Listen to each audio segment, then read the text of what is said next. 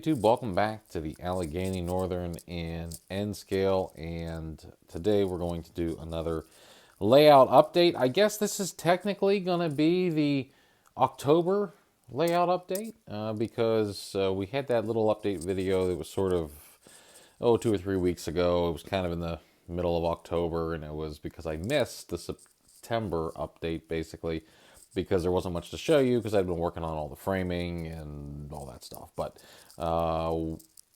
last we saw here, we had a layout track plan. I was kind of messing around with some stuff and, getting an idea of what this layout was going to look like.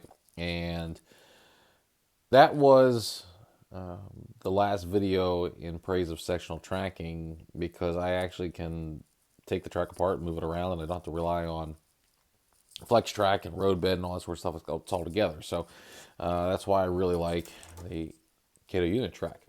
And because I have been using this Kato unit track on, this is now its third layout that it's been on. There's been some scenery done, and a lot of that scenery needed to come off. And so when you get track that's been on a layout and it kind of looks like this when you take it up, this is really hard to work back into new scenery. And so even if you have this cleaned off, you got all this gunk in here, and it's not going to blend well into the new scenery. It may not be the right color. This was obviously in a mine or in the scrapyard. It's got mud on it, and now it's just not going to look like that when I put it on the layout. So I really need to clear that scenery off of there. And so I've been working on that, and I have been scrubbing and cleaning lots and lots and lots of used track. And some of it comes off really easy, and you can kind of get the track basically back to its normal look. Some of it, especially the plaster, it doesn't come off as easy. The snow stuff is probably the worst. It doesn't really come off at all, just because it's like an acrylic type stuff, and it just, once it sets, it sets. But most of the track is cleaned up and it's ready to go. It can be reused.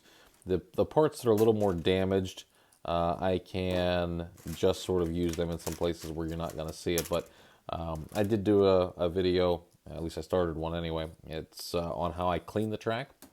And for those of you who know that I'm a stickler for what goes on my layout as far as cleaning the rails, this video is probably going to be a little cringe for you, but trust me, it does work. So the next step, now that I have the track cleaned, is to sit at the workbench and using the Woodland Scenics paint pen to actually paint all of the rails. And so I'm going to do that while I'm seated at the workbench, and I don't have to stand and do all of this stuff standing. So that's what I'm going to be working on this weekend.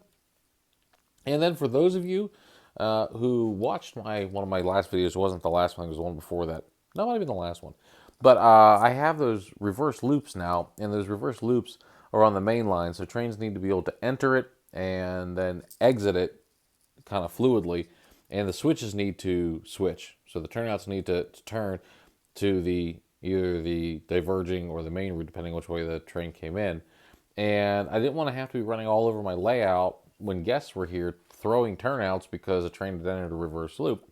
And I wasn't sure exactly how to get it to do that. Well, I had done a little bit of research, and then of course all of you folks put your 2 cents into the ring. And some of you who had mentioned the DCC Specialties, or is it DCC Concepts? I can't remember which one, but it's the PSXAR,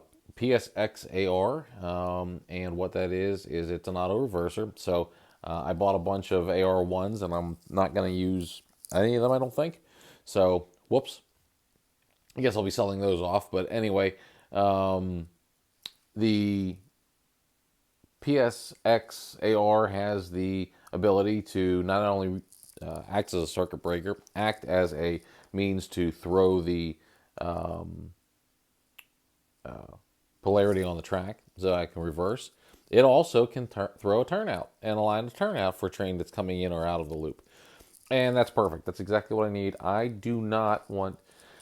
A lot of times I like to just run the trains when I'm working on the layout. I get a lot of enjoyment from that and just watching them going around. And so if I have to continuously chase them because they're entering in a reverse loop somewhere, that is going to be a major drag on my hobby time. So now that I don't have to do that, once they come in, I'm going to wire them up. I'll have a video for you. I just ordered them last night. Yes, Halloween night is when I ordered them. And the once they come in, I'll do a video on wiring those things up. So that's where we're at.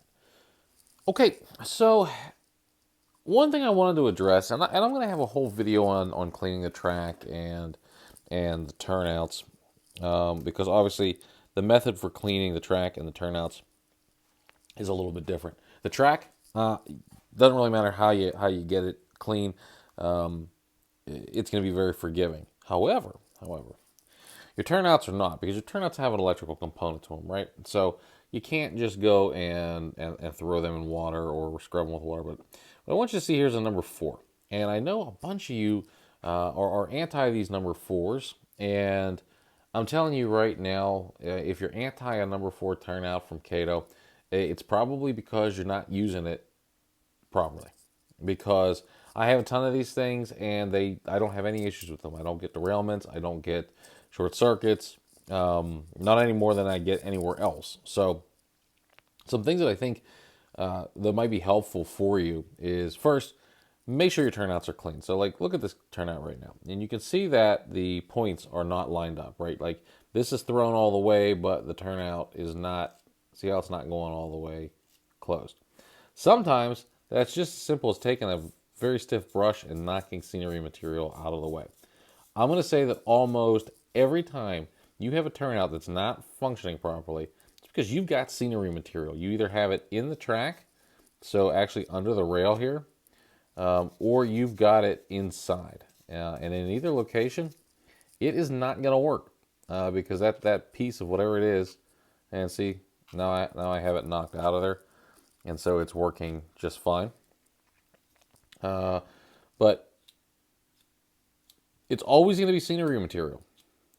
So there's these points right up here where the point rails come back and they tie into right before the frog. This little piece of metal here is not only part of the conductive nature of the turnout, but it also rotates a little bit. And so if you get scenery material, glue, anything in here, these things are not going to turn. And when they don't turn, that means that the points are not going to throw correctly, and you're going to have an issue. So this was actually a pretty good example because it cleaned up right away and it started working right away. I'm just looking here off to the side to see if I have any more of these that aren't functioning properly. But you're going to get these from time to time that are just going to be, a little dirty, and they just need a little cleanup. Is all we need here, and you can get that off, that material off of here with just a stiff brush. Now, where I think most of you are having issues is that your turnouts, and I'm going to use a number 6 here and a number 4 for reference, because I think this is going to help explain this a little bit. So I'm going to grab this number 6 back here.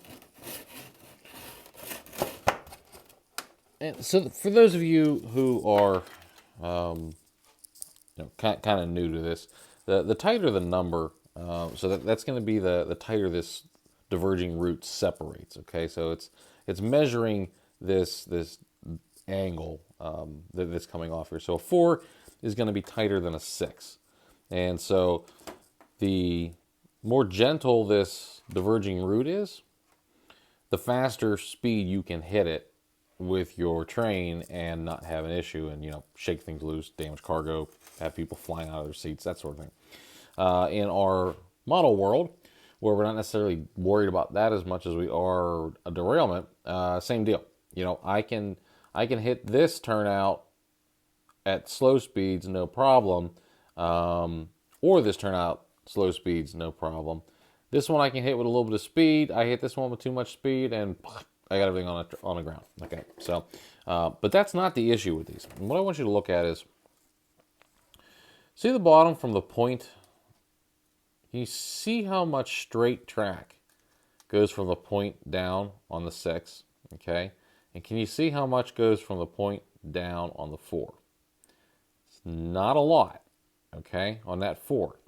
And so what happens is, if you're having derailment issues, I guarantee you're doing something like this, where you've got a turn coming right in, or you could turn it the other way. I don't care which way you turn it. And it makes no, never mind what you're doing on this end, what it does on this end. And so when you've got a piece of rolling stock, and I don't care what that rolling stock is, locomotive, whatever, and I'm going to use this tank car because I think you're going to be able to see the wheels better on it. Okay, so when your rolling stock is coming through this grade or in this radius, and it's being pulled or pushed, I don't care which, the trucks are turned, right? Okay, because they're coming out of this turn. And so they're coming out of this turn, and now they're immediately being forced. If they go straight, probably not going to have an issue, okay, because your wheels are coming out, they're straightening out, and they're going. But if you have this set to the diverging route, you're asking your wheels to come straight out of this curve and then go back into another curve, so it straightens out here just a little bit before it goes out. If your curve is gradual into this, you may not have issues, but if you've got a tight turn into this number 4 and then and you're hitting it at speed, what happens is the wheels don't have enough time to straighten out. And so they're in a curve, and then all of a sudden they're in another curve. And in this case, where I'm coming in to this turnout and I'm continuing that arc, it's not as bad as if I flip this around and now I'm kind of making an S curve out of it. So basically my train is coming in and then it's S curving through here. And what happens is when your wheels, especially on your locomotives and especially on your 3-axle, 6-axle locomotives, this curve here like this is just sometimes too much. And if you've got this on a grade or anything else, you're adding more forces on it, and this it just picks this point right here. And so what you really want to do is you want to introduce a little bit of a straight section into that. And I promise you, well, I got to get one's not soldered on, but I promise you, if you do that, you are never going to have a problem with your number 4s. Because now what's happened is your car or your locomotive, whatever's hitting here first, it can come in out of this curve, okay, and it has enough time. The wheels straighten out, and then it goes into the next curve, or whatever. So the secret to making these number 4s work is to add a little bit of straight track into your track plan so that you don't have an issue there. If you can't do that, understand you are going to just have to take these number 4s very, very slow. And that's just sort of the way it is. So it's not the number 4. It's the way you've got it used. And try that. Another feature of these number 4s that you probably should know is they have these set screws on the back. And these set screws will adjust whether or not your turnout is power routing or not power routing. Now, you do not have that option on your number 6s. Your number 6s by default are always power routing. So what that means is your turnout, whichever way it's facing, will send the power into that frog, or that through the frog into that track, either diverging or straight. Now, why that's really cool is you don't have to worry about juicing your frogs because the turnout does it for you, and you won't ever have a short circuit because whichever way the turnout is turned is going to be powered correctly. So you can't short that out. Now, where that becomes an issue is how you power your turnouts. So if you have your power on the back side of your turnout, and let's say you have your power here and you throw this, or you throw it this way, but your power is here, this leg is going to be dead because this circuit here is cut off. So this leg wants to be powered and this leg is dead. Vice versa, if you have your power feeders here but not here and you're aligned for this, now you've cut your power off from this whole turnout. So you need to make sure that when you're setting up your turnouts, you have the power feeders on the back side. Now, whether that's down track or whatever, but if you can isolate a section of track with turnouts, then there's a chance that you could not have a turnout open on one end and just totally not have power because you haven't fed it back through. In fact, I actually saw somebody who posted a short video on YouTube because he was having that exact problem. And, folks were commenting that they saw it and yeah, it was a problem with the turnout. And once again, it's not a problem with the turnout. It's that you didn't realize it had that functionality. And so not knowing that, you can put it in a series of track and have it wired wrong. It's kind of one of those things where you just got to know what you're doing, and you got to. It's all on the Kato website and in their little brochure, so it tells you all these things. But once again, if you're just thinking, "Hey, well, if I go through this turnout into the mix," then yeah, you're gonna miss that little detail, and then you're gonna be confused. So for me, when I do my power wiring, I like to put power on all three sides of a turnout, regardless of power routing or not. Just because that way I know that I'm getting power through that thing. Is it overkill? Yeah. But I mean, I guarantee you somebody listening to this has, power feeders every, foot or every 2 foot on their layout. And I think that's ridiculous too. So, we all have ridiculousness, but I like to power all three legs of a turnout and make sure that I've got power coming every which direction. And if I don't want power to go in a certain way, or I want it to be controlled separately, separate block, separate power district in our case here for DCC, I will put insulated rail joiners in and I will separate it. I don't really want my turnout to be the arbiter of where power goes. Now, if you're running DC, that's really an awesome feature because it allows you to add a ton of blocks without having to add a bunch of complex wiring. Basically, if you don't have the track aligned for the turnout, it's not going to power. So it's one of those things. I probably some new folks to the hobby, that is going to save you hours and hours of frustration. And for you folks that have been doing it forever, you're probably laughing because at some point you were that person struggling, and you know exactly what that's like. So, all right, let's go on to the rest of the tour. So, other than cleaning track, which has been pretty much every day after work this week, the only other thing that I've done is I've gone in here and I have added these little clips to the rope lighting underneath the layout because for whatever reason the glue has decided it doesn't want to glue and they keep falling off, and every time I came down here I would have lights all over the floor, all over the layout, and I was getting really tired of it. And yeah, so I was getting really tired of it. But anyway, so now they're all pinned up and those lights can do whatever they want to do because they can't fall anymore, and that has solved my problem.